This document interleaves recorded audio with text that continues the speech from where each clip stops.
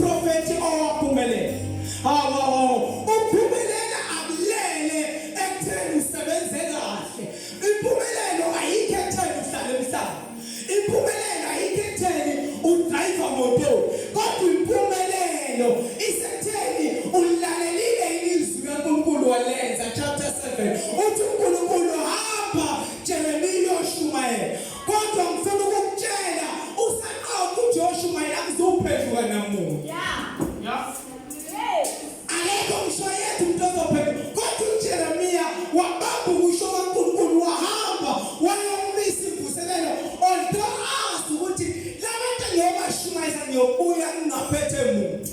Lithi iBhayibheli ngokwenze njalo umprofeti owaphumelela. Awake ngikhulume nomuntu owazi ukuthi impumelelo udrive imoto ezinhle. Impumelelo ayikho ekutheni unani. Kodwa impumelelo isetheni ulenzile yini izwi likaNkulunkulu. Obedience. Hallelujah. Ayikho ekutheni ugqoke kanjani. Ayikho ekutheni ekhanda unawivi yamalini. Akukho ekutheni phansi ugqoke isicathulo. Kodwa impumelelo uyobizwa ngomuntu ophumelele uma wenza izwi nentando kaNkulunkulu. Lithi iBhayibheli uNkulunkulu uJeremiya ufika after uIsaya ufika after ufika izinto sezonakele umlilo usubila. So mayifika uJeremiya utshela uNkulunkulu ukuthi laba bantu bazobhujiswa. Kodwa laba bantu uNkulunkulu amtshela ngabo babona bephumelele. Ethethi uyeza every Sunday. Ethethi uyabheka umakhelwane wakhe umbona ibhizi washa imoto entsha. Mase umakhelwane ongakholwa uzumbeke. So uJeremiya ukhathazeleyo ukuthi why impumelelo yabantu abangakholwa. Kodwa mina yimiyedwa umuntu oshumayela izwi kwangaphendwa umuntu labantu barogeni ezweni likaNkulunkulu akekho omthathayo kodwa manje baphumelela. uJeremiya warithi ngabantu ashumayela kubona ukuthi baphumelela. Banemishado emihle. Methethe ibheke imishado yami iheli. Ubaba uhlala khona izingane zakho ohleka nezingane zakho. Ngiyamthemba umuntu oshada uBishop Zulu ngoba uBishop umuntu wabantu.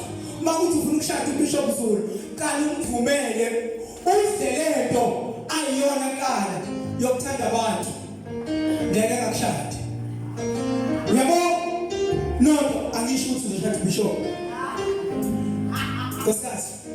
Angicabanga uzoshada uBishop. Ngisho sethiwa uzoyala uma sethathile ufike umtshele lo muntu awumshada ukuthi uBishop uthanda abantu.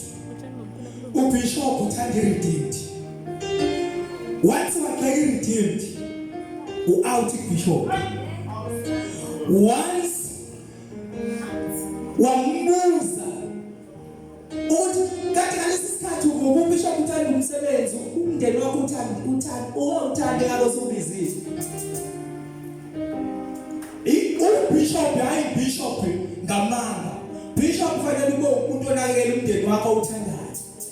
So abangekho enkonzweni ngoba bahluliwe ngeke simdimona ukuthi izingane zakho ayizingeke enkonzweni zizindala mase kodwa uyifundisile indlela. Amen. Hallelujah.